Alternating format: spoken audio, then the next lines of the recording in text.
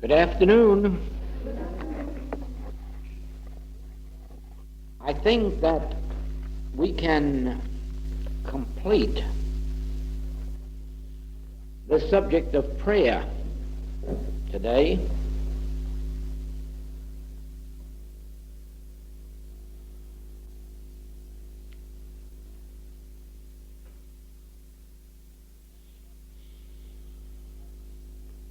But it will mean a very long and probably hard period for you, because it will still remain with you to prove this, to demonstrate it, to manifest it.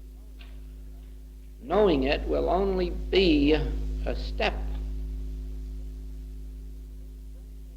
But bringing it through into expression is going to be quite a different matter.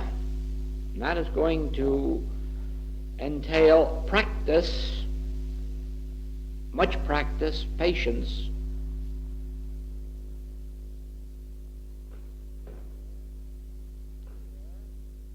Prayer, as you know, is our means of contact with God, or bringing God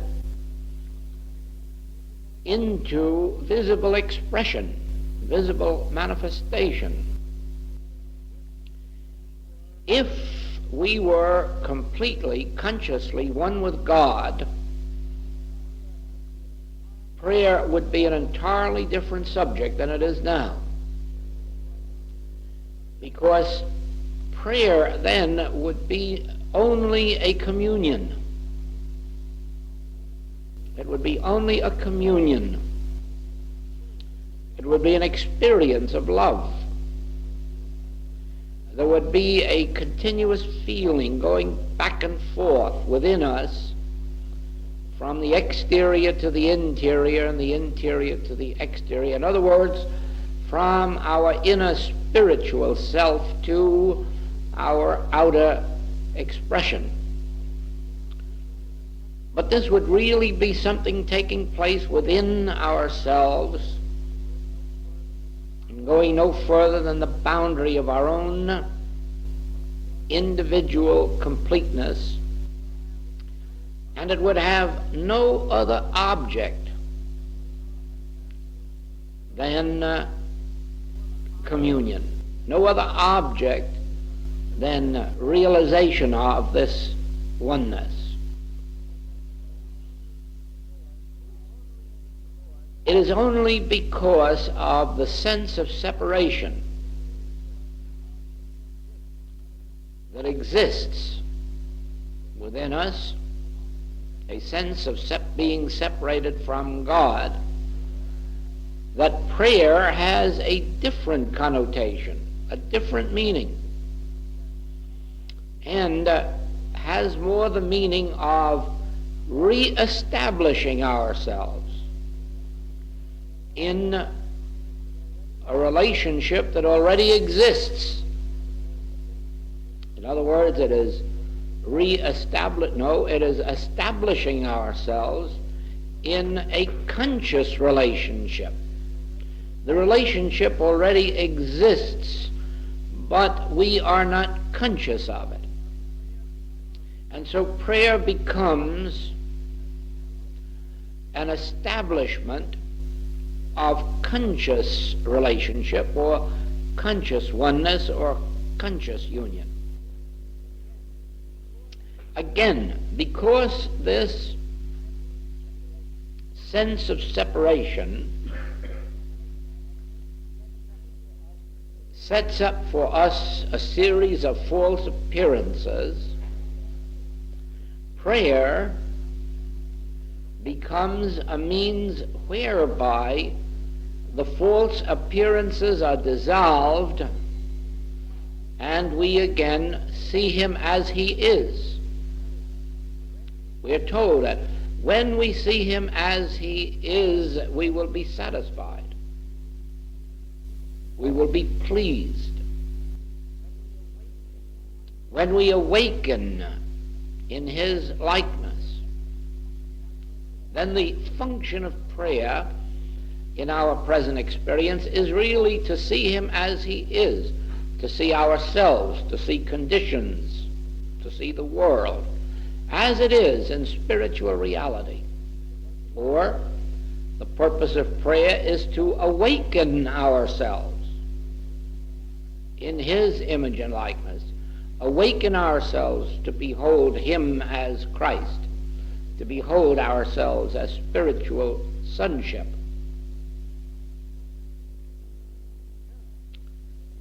Now, God is spirit and must be worshipped in spirit and in truth. And I give this to you as a starter, that you are not praying when you are speaking or thinking thoughts.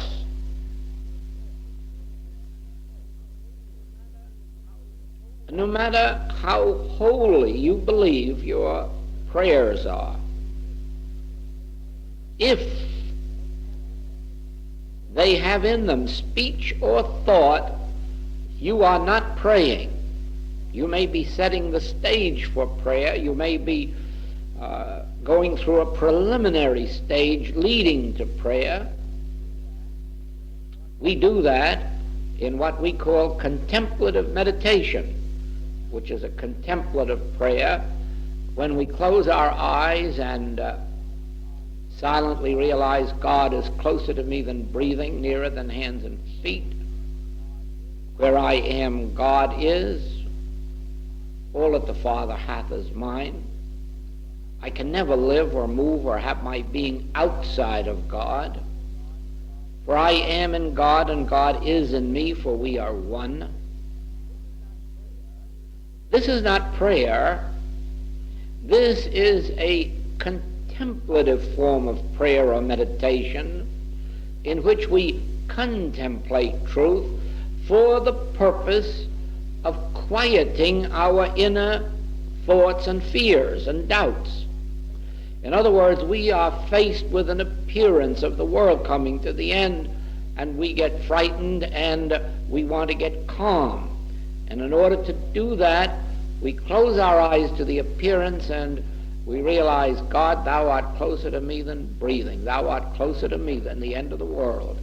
Thou art and if I walk through the valley of the shadow of death, I will fear no evil, for thou art with me. And if the world does end, and if a bomb blows it up, I will fear no evil, for thou art with me. And if I am where thou art, I cannot be separated from life, consciousness, love. So whether it's in this world or the next world, I will fear no evil. And by this time, our inner fears have been stilled, and now we can enter prayer, which is a state of union with God that has neither words nor thoughts, but is merely an opportunity for the free flow of the Spirit of God within us. In the same way, someone comes to us in pain or lack or distress, and we would give them help, and the appearance itself, as it has been presented to us, disturbs us. It is not only disturbing the patient, but they have made it so real that it's now going to disturb us. And so, before we can enter prayer for them, we have to overcome this fear, this doubt, this reaction to appearances. And so we enter a state of contemplation. Judge not after appearances, Joel. Judge not after appearances. The Master has taught you. Judge not after appearances. Judge righteous judgment. What do you believe about God, Joel? Do you really believe God is infinite? Could you believe then that there is infinite good and somebody else or something else?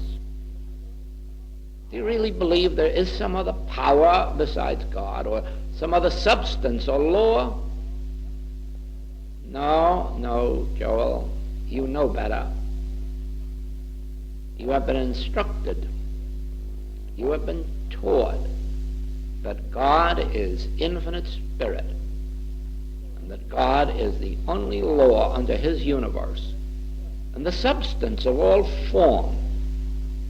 You know that the body is the temple of the living God.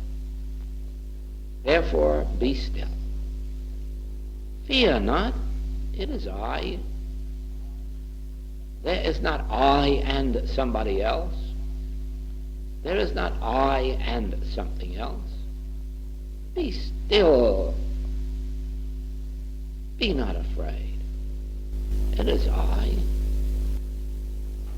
I will never leave thee nor forsake thee. I will be with thee to the end of the world, and with everybody else. So be still. Be still and know that I am God. You have nothing to fear. I am God. And I am ever with thee. Whithersoever thou goest, I will go.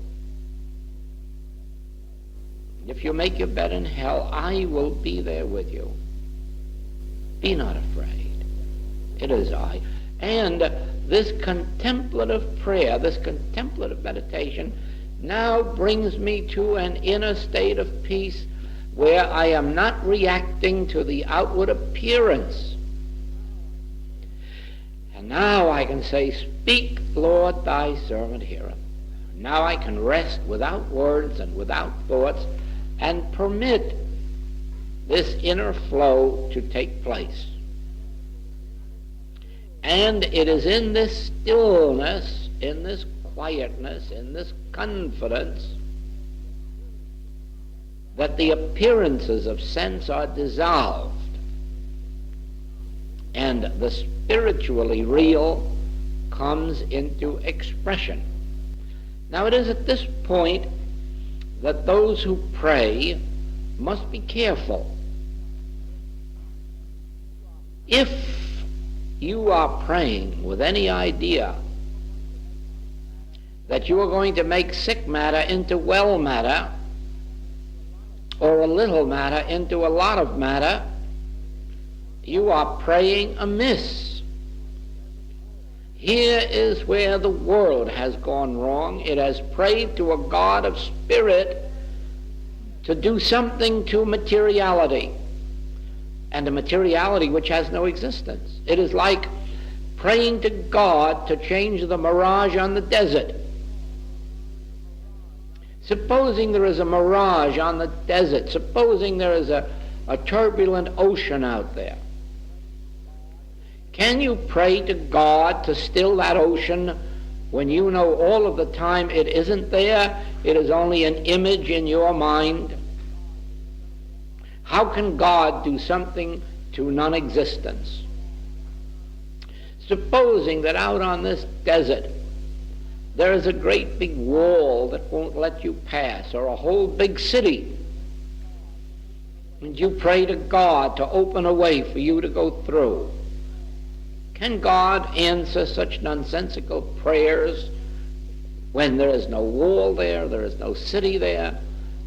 This wall and this city is only a mental image in your thought, and it has no externalized existence, and you are sitting here waiting for God to do something to something that doesn't exist. Do you see that? You might as well sit here and decide you want to cross this mountain and pray first that God opens a path through that horizon. Well, you could sit here forever, because God can't answer that prayer. There is no sky blocking your way. If you can climb a mountain, go and climb. When you get to the top, you'll find that the way is free to go beyond. So it is. If you make the mistake that this world is making, praying to God to do something to an illusory something that has no existence, And that's what it's doing when it prays to heal disease, or when it prays for supply, or for bread, or home, or companionship.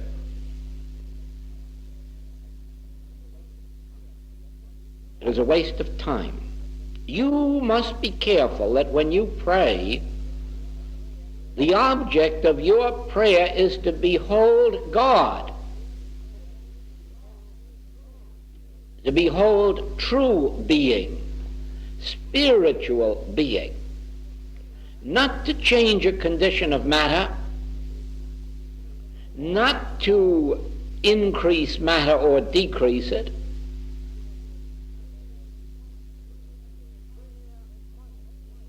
Prayer must be for one purpose only on this mystical path, and that is, God, reveal thyself.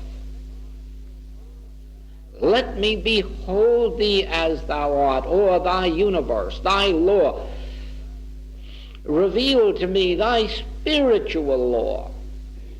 Reveal to me thy spiritual self. Reveal to me divine being. Reveal to me eternality, immortality, infinity. Only be careful that you're not hitching it up to, and incidentally move the sky off the mountain,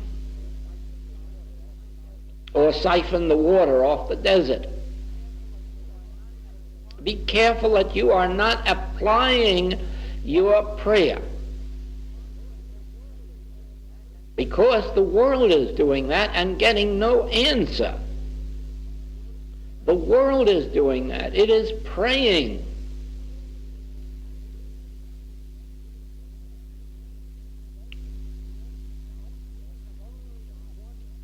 You have only one object in prayer, and that is to behold God in action. Behold the law of God in action, the life of God in action, the self of God in action, the being of God in action. You have to start with a complete humility. Let's use that word, humility. A state of being in which you say, I do not know what God is. I do not know what spiritual man is. I do not know what spiritual law is. Now, Father, reveal thyself. In that state of humility, in which the Master says, I can of my own self do nothing. Or, if I speak of myself, I bear witness to a lie. Or, this message is not mine, his that sent me. That wiping of the self out, the Jesus self, the John self, the Joel self, the Mary self. I do not know how to pray, one disciple says. I do not know how to come in or how to go out or what to pray for. That is really humility. Because actually you don't. What you really want is the experience of God in your life. But humanly you have no way of knowing what that is. And the strange thing is you never will. You never will until you have transcended the knowledge of the human mind. There is no way to grasp the things of God through the human mind. The things of God, spirit, infinity, are foolishness to finite mind. In fact, the finite mind cannot encompass God or spiritual truth. It would be impossible to get even the tiniest grain of spiritual wisdom into the human mentality. The things of God. And so you only come into God's grace when you have come to such a place of inner stillness, quietness, and peace that you are not thinking or trying to outline, or bring through your idea of what harmony is or what good is. Only when you are in that complete stillness. And since no one can stop the action of the human mind, that's why so much of the Oriental meditations fail. That's why they too are not bringing through God in spite of all their meditations. They make too much effort to stop the action of the human mind. If you succeed in doing it, you just leave yourself a blank. You still haven't brought the spiritual faculties into awakened state. But if you use this method of silent, contemplative meditation, we have many, many tapes, many, many classes that include contemplative meditation. And if you practice this contemplative meditation in which you silently, peacefully declare every truth you can about God and your oneness with God and the nature of God's creation and so forth, and then relax in quietness and confidence so that something can come through from the beyond. The only way I can explain it to you is this. Supposing right now you were asked to compose a piece of music, but it must not be any piece of music that has ever been composed before or heard by the ear of man. Therefore, you mustn't let your mind wander around to the field of music.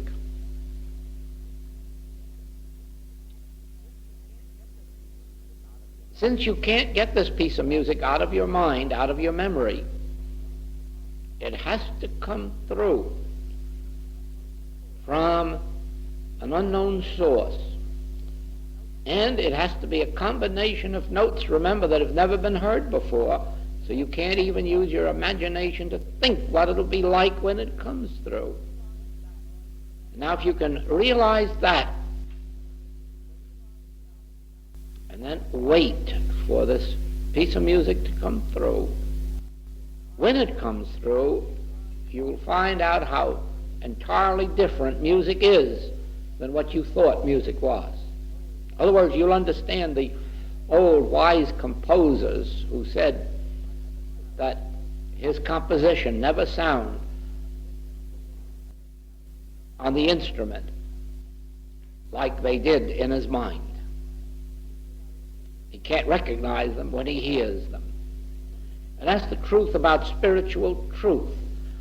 There isn't anything that's written down of spiritual truth that once it's written down is anything like it was when it was received in consciousness. And none of us seem to have the ability to write it down. And that's what's so frustrating. We get a most beautiful vision and we write it down and then look at it and that isn't it. And that isn't what came through, and it's frustrating. Now just imagine that you don't know what your demonstration is to be. You don't know the meaning of health. All that you've been taught is that it means a heart that beats so much, or digestive organ that does this, or a limitive organ that does that. And you believe it, but you don't know what health is. You don't know what the health of man is, man who is immortal. You don't know what his being is. You don't know what his body is. Therefore, you have to be like the composer. You want something to come through that never before has been known in the mind of man. And that's the secret of your life, your mind, your being, your body, your health, your supply. Because you can't use your imagination, you must attain an inner stillness and peace and then wait for the revelation to come through. Now I will show you a few practical examples of how this works.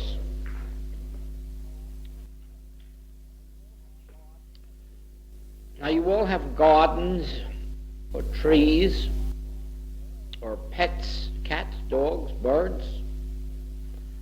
And so you will have to make your initial experiments with these.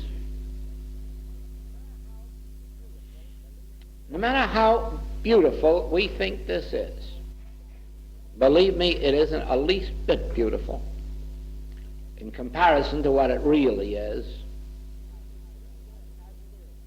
If we could see this as it is, we would all be shocked with what we would see. It is so far different than what we are seeing with finite eyes. Now, this is true about your cat or your dog or your bird. You have no idea what they look like, and you have no idea what they act like, because their present actions are not divine. They are the expression of the universal human mind that surrounds them. In other words, your cat or your dog or your bird is just the reflection of the human belief in good and evil. And so they're sometimes good and sometimes evil, and sometimes well and sometimes not well, manifesting the surrounding human consciousness. Now, you can take your cat and your dog and your bird out of that, and you can put them into divine consciousness, where they will never be good or bad, sick or well. They will always be God in expression. They will always be their spiritual identity. Now, the way that you do that is you have a period in which you are going to meditate for your dog, cat, bird, or plant, or garden, or tree. You sit down and then you dismiss them from your thought entirely. And now you turn only to God. You have your brief period of contemplative prayer or meditation until you feel yourself becoming still, and then you sit still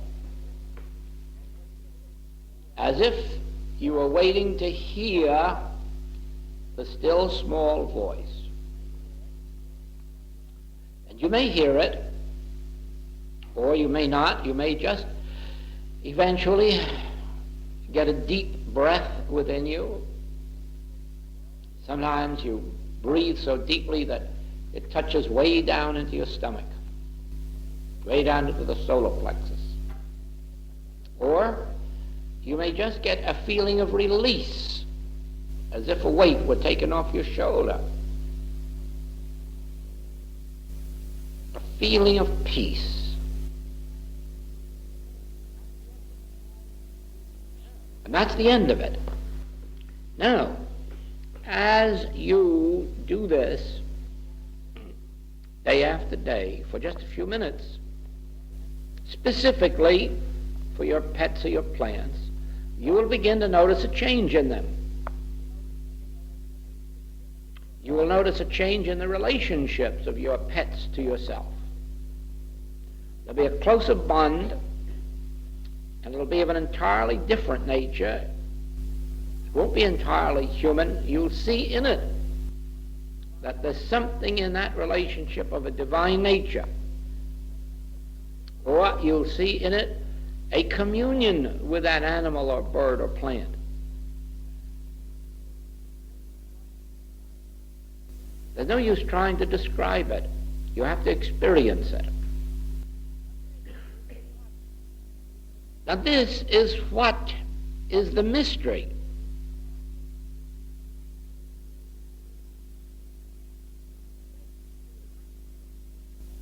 This consciousness that has come through from somewhere out in the beyond, which is really the depths of your own withinness, this that has escaped up into you is the God consciousness, and it becomes the substance of this relationship and of this body. Let me give it to you in another form. This is easy for you to realize because many of you have had the experience.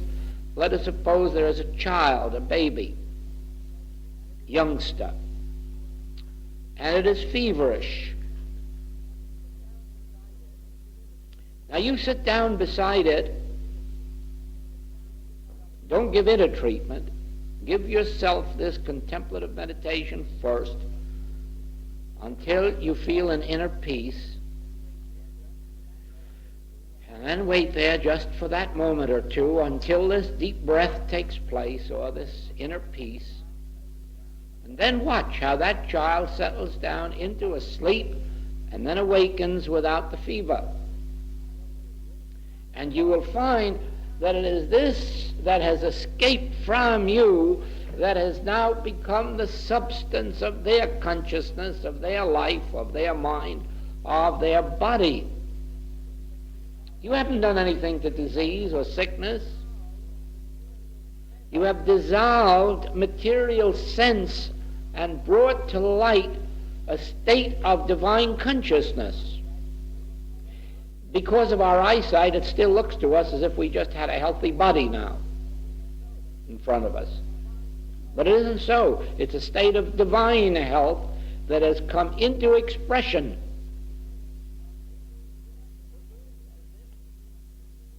It is as if this consciousness, which escapes through me, becomes your consciousness and becomes the law unto your being and your body. And so as it escapes from you, it becomes the law unto your animal or plant or patient or student. It's really your consciousness that is now their consciousness, not your human consciousness.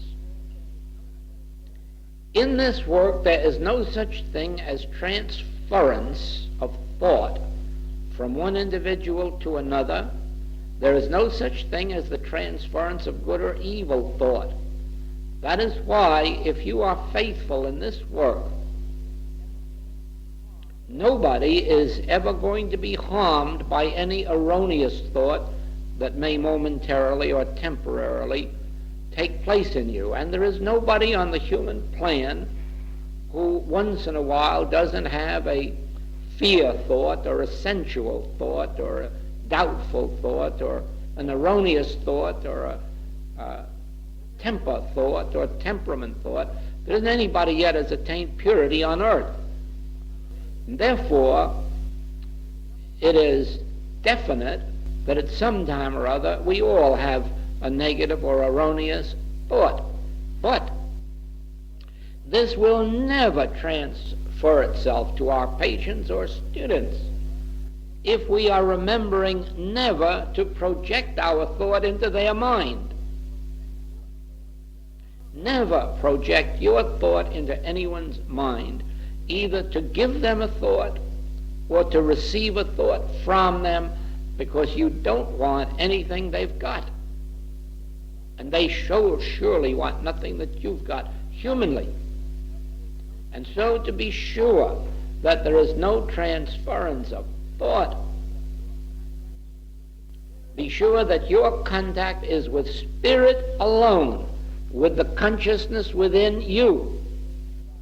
And then as it escapes from you in this deep breath or this release, it in all of its purity becomes the law and the life unto them. You watch it in your plants. Watch how they respond to you. Watch it in your pets, how they respond to you. As long as you have no human thought, as long as you are not addressing them humanly, as long as you're not telling them anything or asking anything of them. When you are completely pure, that doesn't mean that you have to be concerned if some erroneous thought goes through your mind. That isn't going to get outside of your mind. You are directing yourself to the Father within you. You are making way for the imprisoned splendor to escape. That's the Spirit of God in you. And the very moment that you are still, that you take no thought, the bridegroom cometh, the Christ. The Christ, the Spirit of God, comes through into expression. And that is why, and you may have noticed this because many classes have, when we meditate here as a group, if you respond at all and are lifted up, if you feel my meditation, what is it, do you think, that's happened? It is no thought projected out at you. I'm not sending thoughts out here. Sometimes 200 people sitting in the room, 300, 400, 1,000 in February. It is I am staying in here consciously one and wait until that takes place. And when that comes out, that's pure essence, pure God, pure Spirit of God, and it lifts you up. If I be lifted up, draw all men up to that same level of consciousness. Now, in that uplifted consciousness, healings take place. Illumination takes place. Supply takes place. Wonderful things take place to students out here. It would be wonderful if only it could happen to every student in every class, but it doesn't, because it only happens to those who are ready at that particular time. Some students come into our classes for the first time and receive illumination, and some don't even receive it the last time. It has to do with me only to the extent that I'm the instrument through which it happens, and I, if I'm lifted up, make it possible for you, but only for the you who is at that moment ready. In other words, if it were my human will, then everyone would be lifted up and given their illumination. That would be my human will, but I have no control over that. Therefore, when I do meditate with students, and many times we have witnessed that on the very first meditation they've received their illumination, and others second or third or 12th. Now, all that happens is, it is no act of human will. It is an act of conscious union with God, letting this invisible consciousness come forth, and then it performs its work. And the surprising thing is that one person has spiritual illumination, another person has a fever disappear, another one has a lump disappear, another one has unemployment disappear, somebody else has poverty go out the window. It is the strangest thing, but the answer is that consciousness is the substance of all form. And consciousness is God.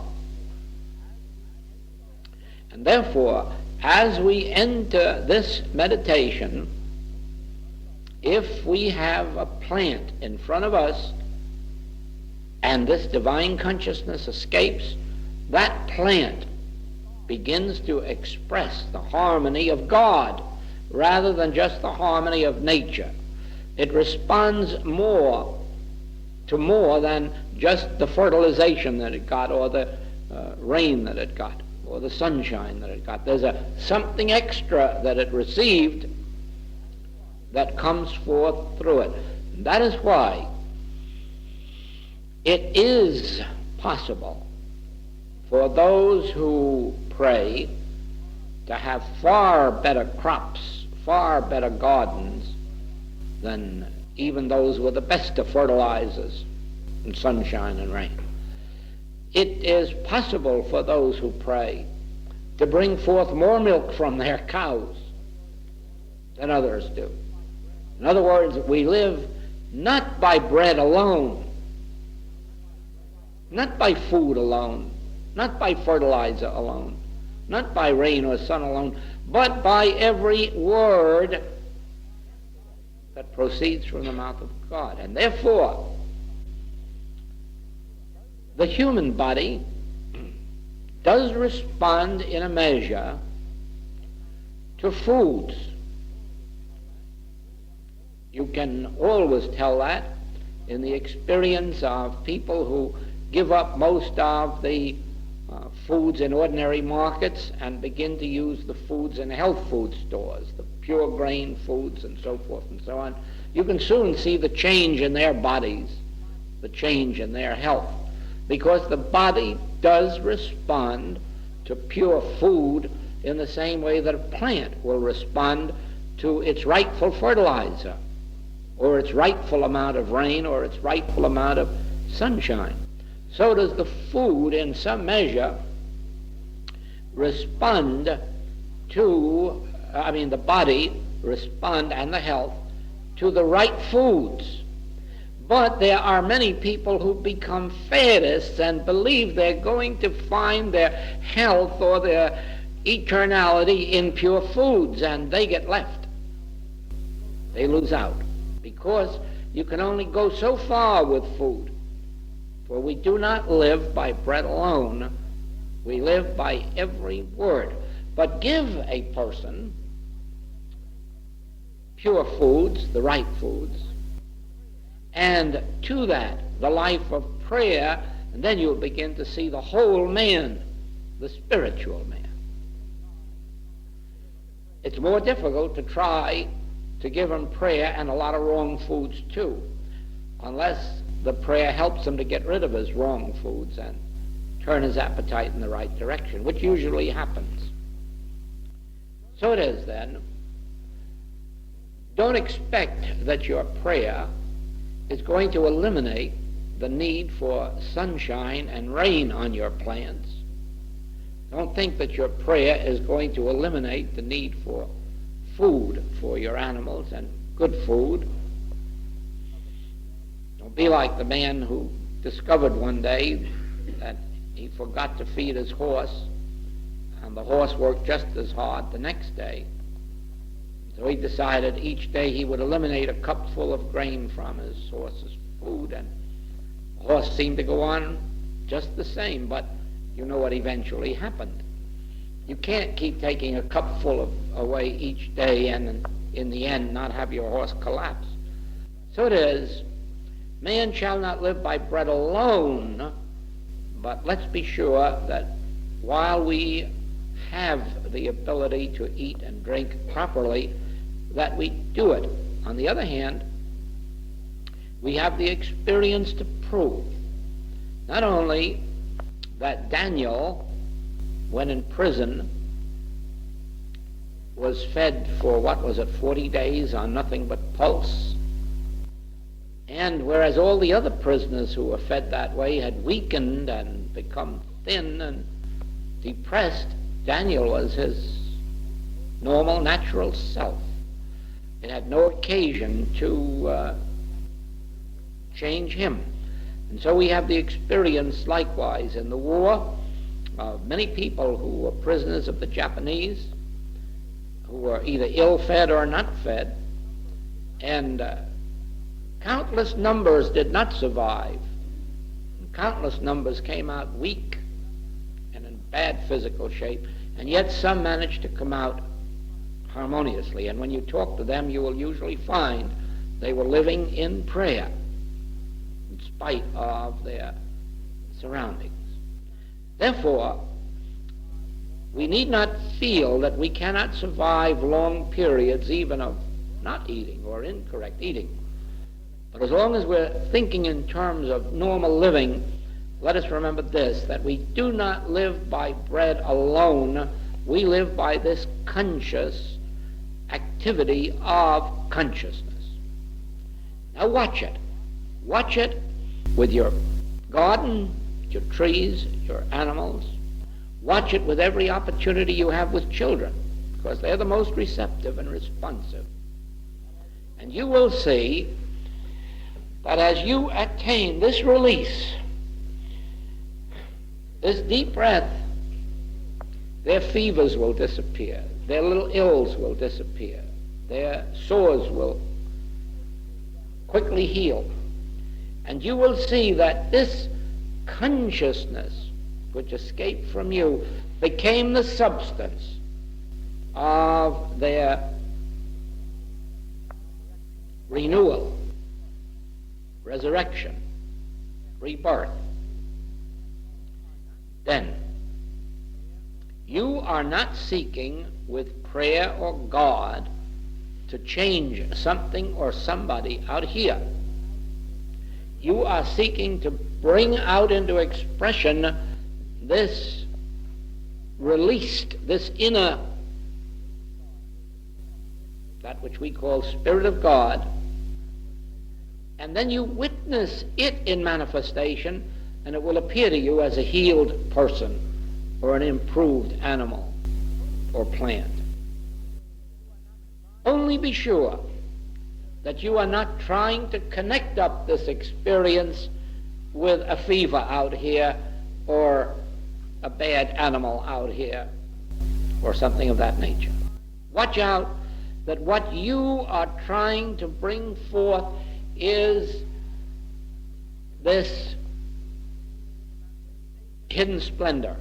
Bring it into manifestation and let it appear as spiritual identity. And then it will appear to you, to your eyesight, it will just be a healing. But inwardly you will know that it wasn't a healing at all. You have now seen the spiritual life in expression, spiritual being, spiritual harmony. The only reason that after these healings that people succumb to other ills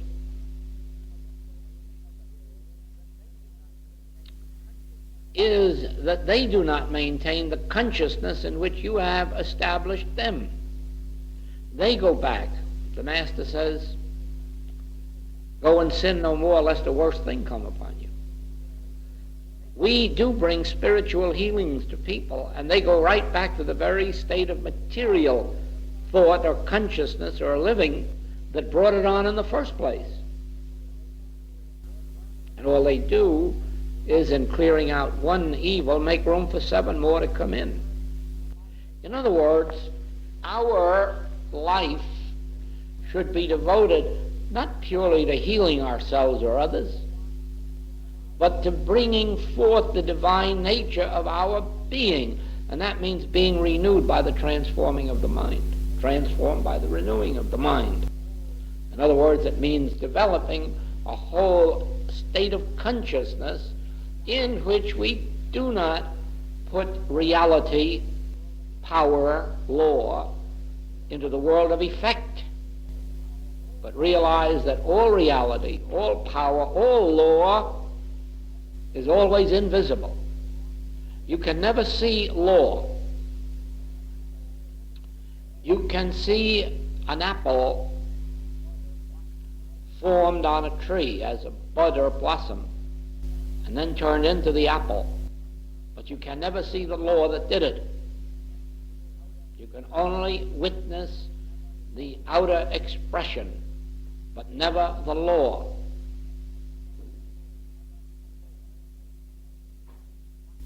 You can witness, you can sit and watch sometimes as disease is disappearing out of our body and health is being, but you can't see the law that's performing it. Spiritual law is invisible.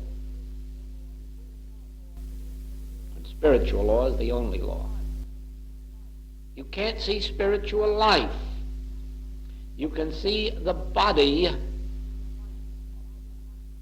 but you can't see the life of the body. The life is invisible.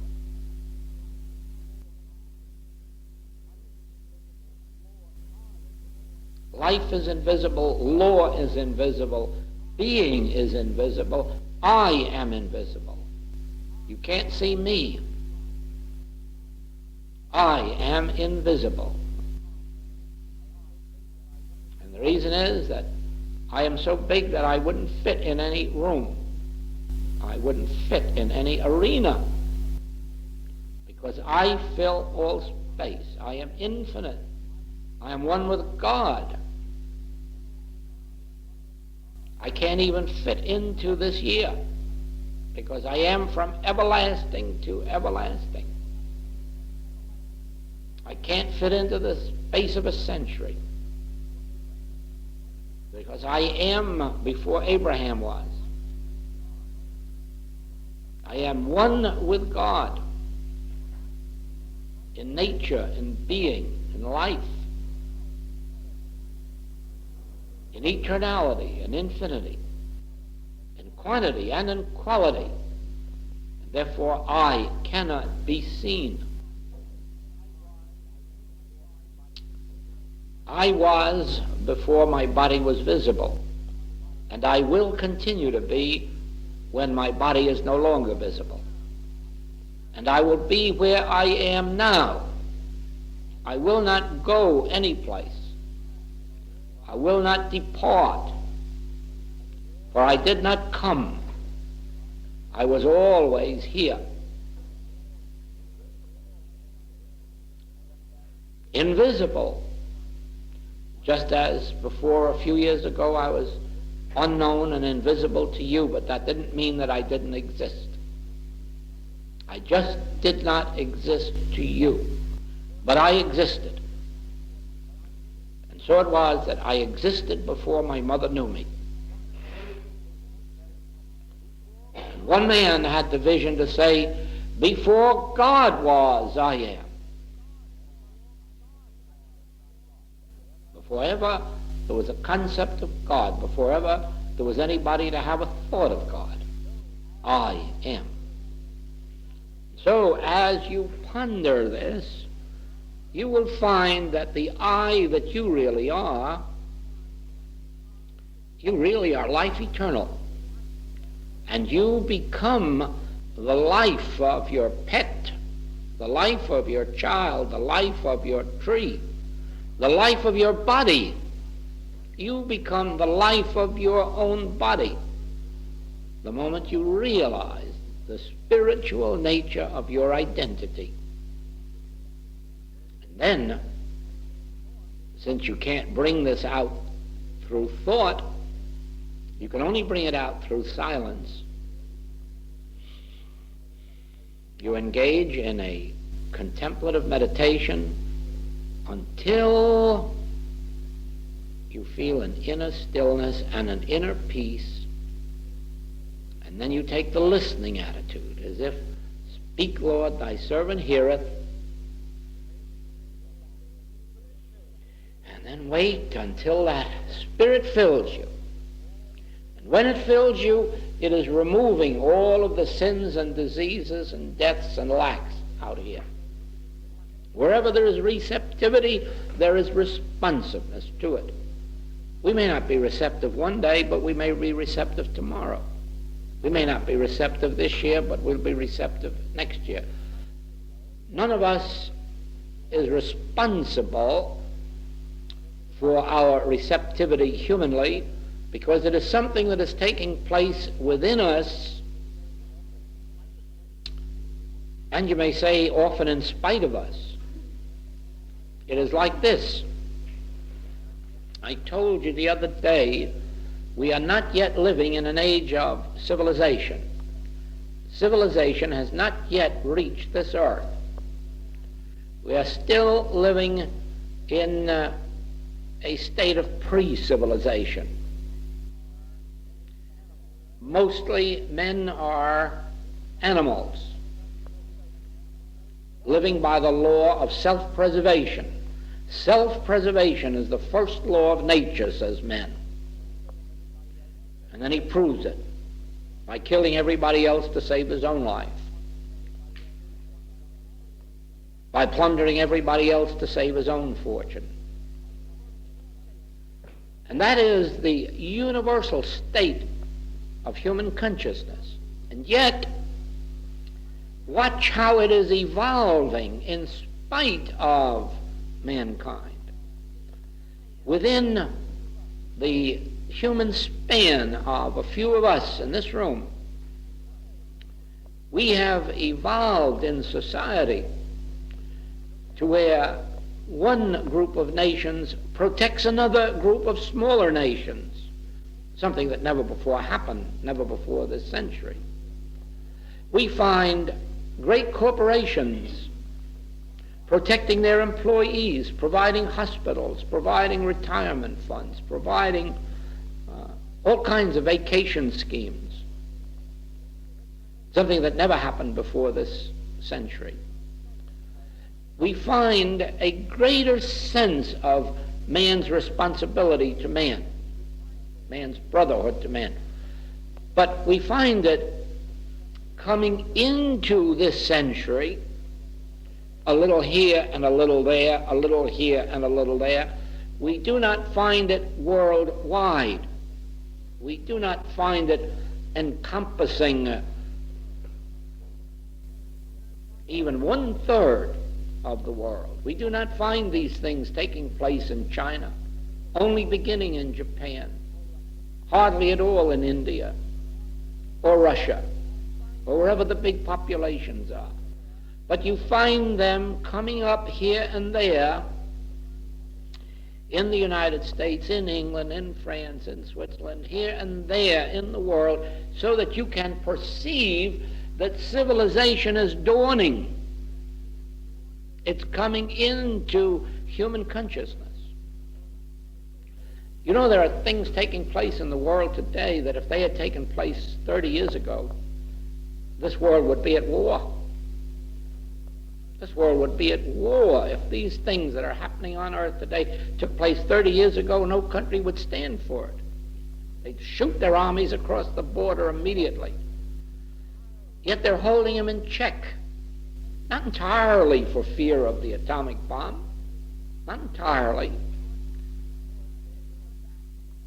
But partly because there is that in man which is not quite so ready to spring on his neighbor and murder him. In other words, you can perceive the dawning of civilization. Now, there's only a question of time when we will go beyond civilization to spiritual realization, in which myself will be yourself and yourself will be myself, and I will understand why it is that if you do it unto the least of these, my brethren, you are doing it unto me, because I am the least of these. And they are me, for we are one. I am in you, and you are in me, and we are in God. And therefore what I do to you, I do unto myself. And if I do good unto you, it is like casting bread on the water, and it's coming back to me. And if I do evil to you, it is casting that kind of bread on the water, and it is coming back to me. Regardless of what temporary loss you suffer from the evil of another, you can be assured of this: it isn't even a marker to what they are going to suffer. Because as ye sow, so shall ye reap. And if you sow to the flesh, you reap corruption. And if you sow to the Spirit, you reap life everlasting. And so if you sow to self-preservation, if you sow to self-gain, if you sow to selfishness, this is the flesh. When you sow to loving your neighbor, you are reaping love or life eternal. That is why all of the Master's teaching was ye. Everything had to do with ye. Ye shall know the truth, and the truth shall make you free. As ye sow, so shall ye reap. As you do to another, so it will be done unto you. Do unto others as you want them done unto you. Always you. His whole teaching is you. Not God, you. For you can't change God, and you can't bring God into mortality. So it is only as you change yourself into the immortal and spiritual can you come into God. Therefore, when you pray, if you're praying for God to do something to matter, you're out of order. For matter is only a part of the illusion.